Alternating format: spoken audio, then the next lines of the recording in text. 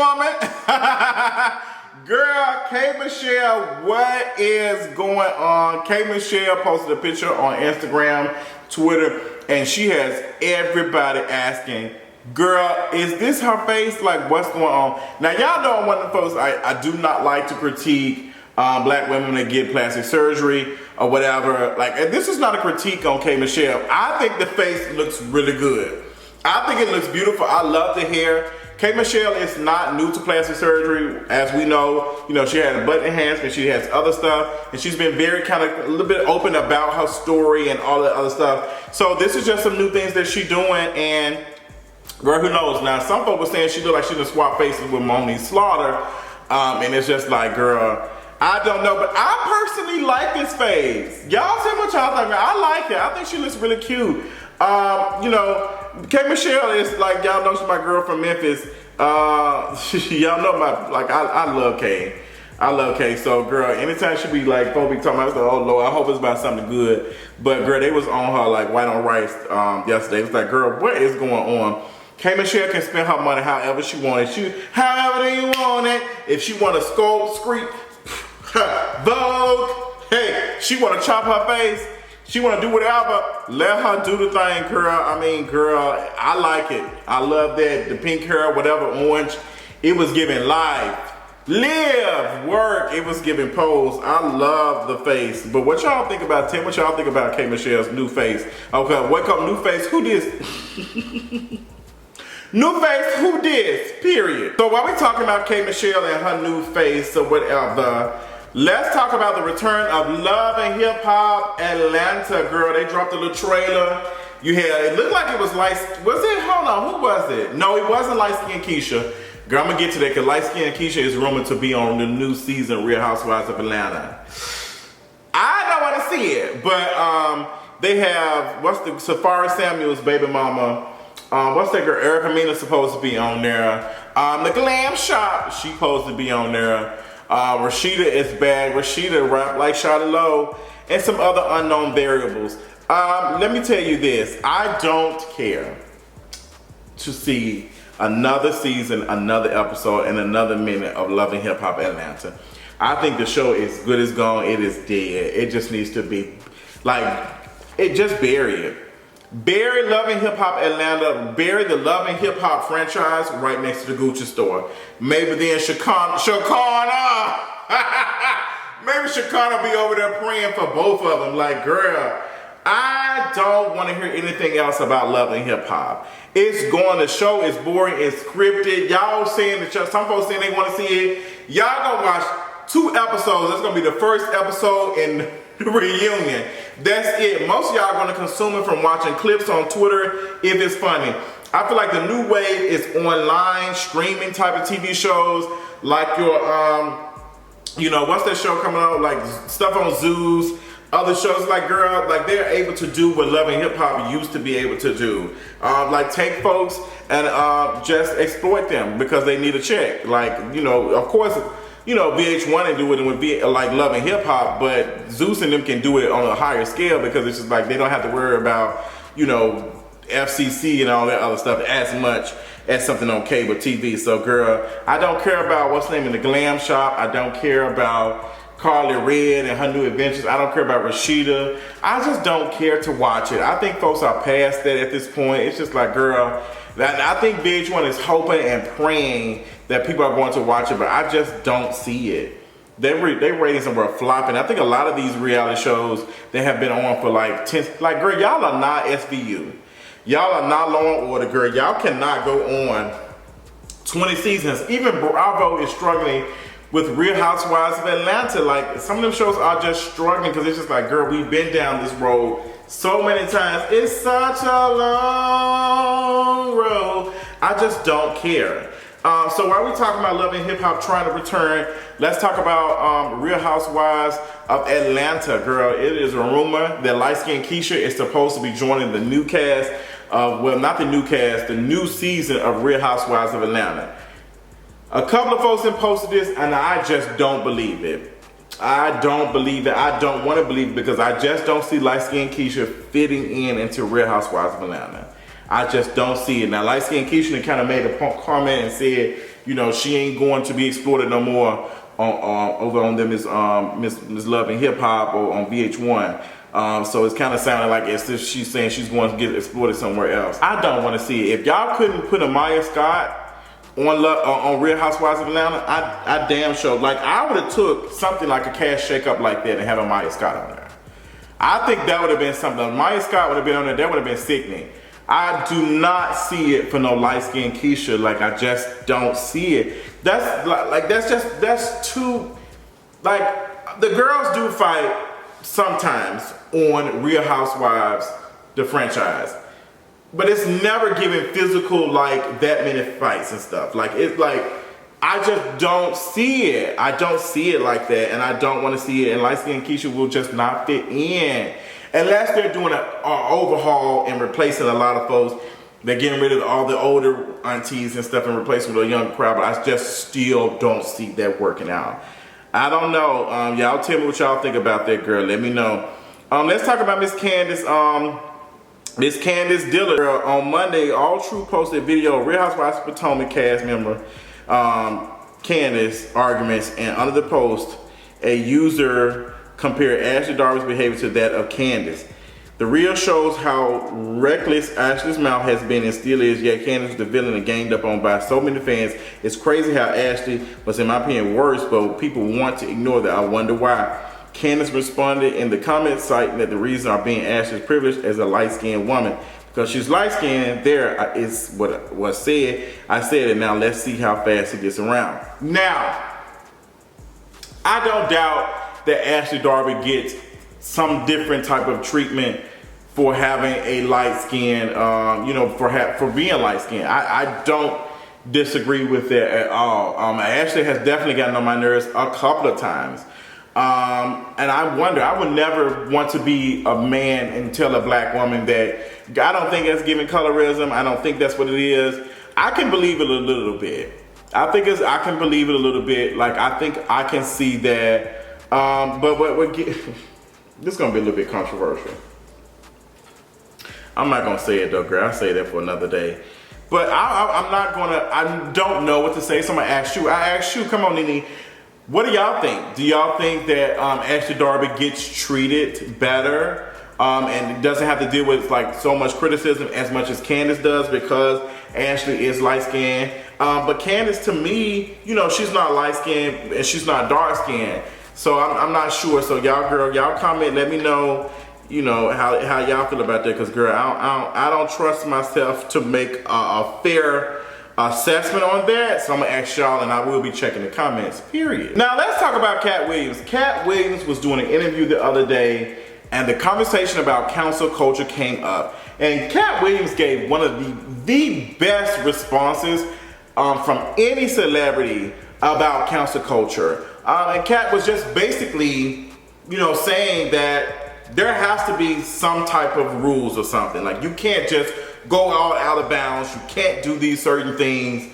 And if you cannot do that, that means that you're not a good player. And I loved his analogy. Like, I was like, okay, Cat, this is giving. I was waiting for him to mess up, and he just didn't. It was just making sense because cancel culture does not exist. Like, it just doesn't exist. Jeffrey Toobin is literally coming back to CNN. If y'all don't know who Jeffrey Toobin is, he was a CNN analyst. He was giving commentary about all things when it comes to the law. He's specialized. He knows the law. He's very intelligent. I've loved seeing him, but after that incident of him, you know, getting caught on camera and like a conference call or something on video, and he was doing some stuff that he shouldn't have been doing while on camera with folks. And, you know, he got in trouble for that, and now he's back on CNN, coming back to CNN reportedly.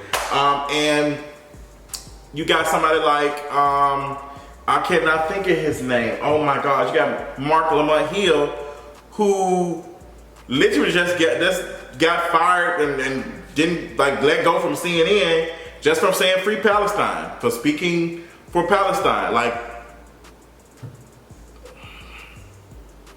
so it's just like, girl, we be talking about cancel culture, but cancel culture really only affects marginalized people. And honestly, it's not just black. Like, there's some black males celebrities who have said some very ignorant things, who've done some stuff. I look at like Future. Future is one of the worst fathers on earth. His career is not affected by that. He's still getting deals, doing all this type of stuff. You can't name too many women who are allegedly bad mothers, and if they are called bad mothers, probably has something to do with misogyny. Like, who is a bad deadbeat mom that has a successful career.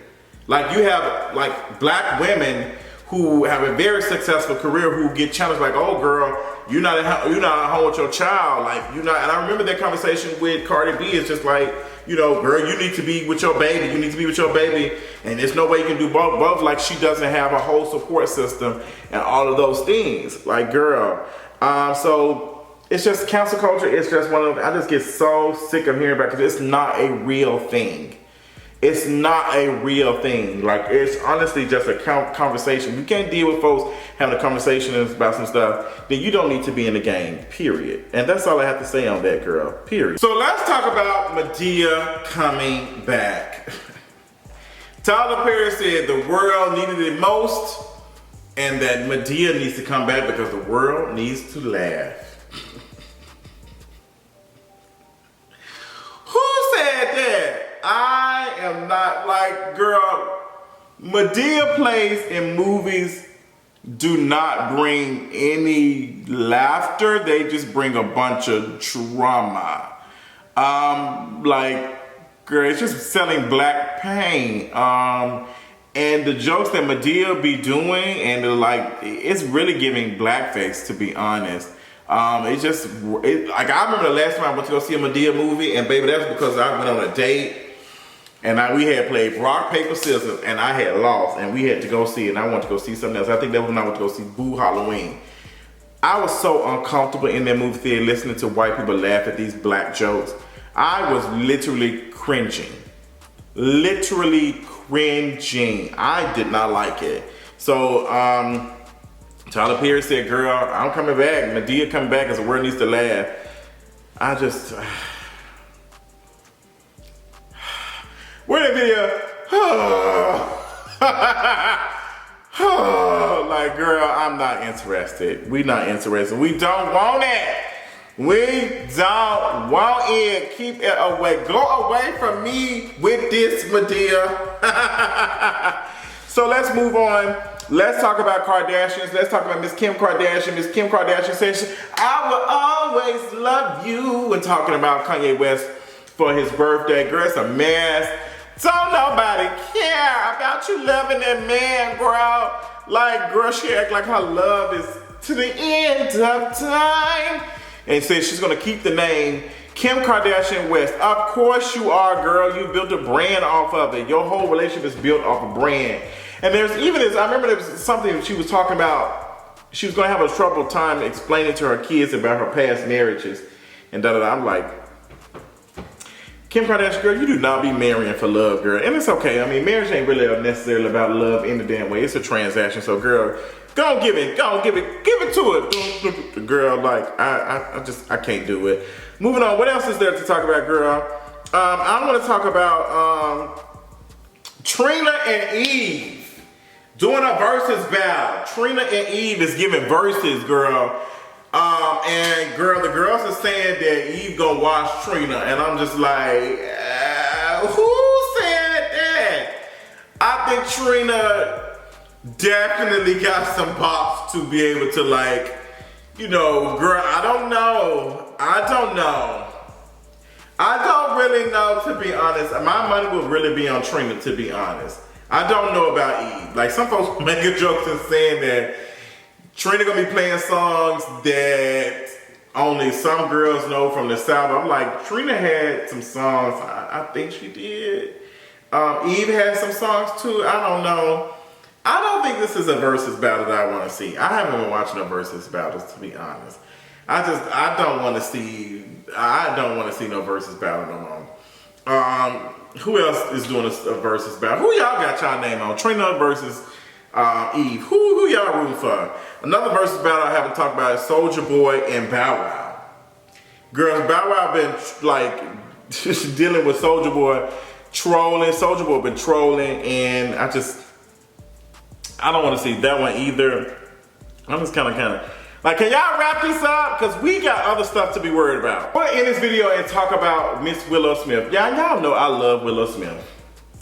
I love me some Willow Smith. I listened to her when I was younger, and I still probably would listen to her. I don't think her music is, you know, for me now. But I am so tired of her and Jaden Smith talking about them being bullied for being different type of black folks. I'm like, Willow Smith, you had the whole world, like every black girl in America, even black boys were out here whipping their hair back and forth. I was one of them. Like, girl, I just don't understand. Like, I'm different, and it's just, I am so sick of black folks who feel like they are special just because they do things that are not necessarily black. And it's just like, girl, get you some therapy. Go talk to somebody, because at this point, like, stop talking about y'all were bullied for this, and I'm like, girl, please shut up. And the folks who be talking like this always end up in a relationship with white folks. It's not a fact that y'all get bullied for this, so y'all want to make it seem as though, and I'm not saying Willow Smith, but some of them, what they do is they make it seem as though they got bullied, and then they end up being in a relationship with somebody white because they couldn't find no black folks. So Willow Smith just basically just said that she got, you know, she got flack for being like emo. And I don't know if she's talking about black folks or she might be talking about white folks. But I remember this conversation a couple of months ago, probably like last year sometime, where they were talking about, you know, they felt like they, you know, something about black or like they were bullied or something. I'm just like, girl, please let it go. Please go deal with that. But Willow Smith is very talented. I'm not a rock music like that, but I think Willow Smith definitely has it. Whip my hair back and forth like, girl, I saw talent in that girl. I saw talent. But what be getting me about some of y'all sometimes is y'all be doing all this other stuff and then y'all end up in a relationship with a white person like your brother, who just just doesn't date black women, girl, like always in a relationship with a non-black woman. So it's just like, girl, y'all need to be doing some questions with yourselves. But she did say that she dealt with, you know, rock metal fans, you know, like verbal abuse and hate, and it's just, I don't know, like it's, I guess she's talking about the racial abuse. She said the racial abuse Smith witnessed with mom Jada Pinkett was brought her on tour with her band Wicked Wisdom made the singer scared to pursue rock. I guess she feels as though she can't perform, can't do this stuff because she is, you know, black. She don't want it to be like, I want to perform different type of music. And like, I think she can. I think she can perform any type of music she wants. I know that some folks don't like that. White folks probably don't want to see that mess. Like, girl, get this mess out of here. I don't know. It's very complicated because at first when I heard this story, I thought that Willow was talking about black folks like, oh, girl, she doing rock. But I know some folks who I follow on Twitter who is interested in seeing the rock music from Willow. I'm not one of them folks. I'm probably not gonna listen to Willow Smith. I haven't even listened to Giveon's album. There's just some music I'm just not listening to. It doesn't mean it's bad. Doesn't mean that it's like not my taste. It's just like I've been listening to old, like some R&B stuff that's been around. Like, girl, we celebrated 23 years of Never Say Never. I listen to that album whether I'm going through a breakup, I'm happy, or I'm sick of men, or whatever. Never Say Never is an album. Had to learn the hard way. Had to take my love away. I'm off beat. I apologize because I thought I was gonna catch that beat and I just didn't. But yeah, like I just don't listen to new music like that much. But Willow Smith, I hope that she gets the love and the care that she needs to be able to feel that she can create this music without anybody intervening and telling her that she can't, because she should be able to do whatever music she wants. And I hate that we live in a world where folks are out here being critical of her playing with the guitar and all that other stuff. So girl, I hope she figures that out, girl. That's all I got for y'all on this King of Reese video. I love y'all so much, and until next time, I'll talk to y'all later on tonight.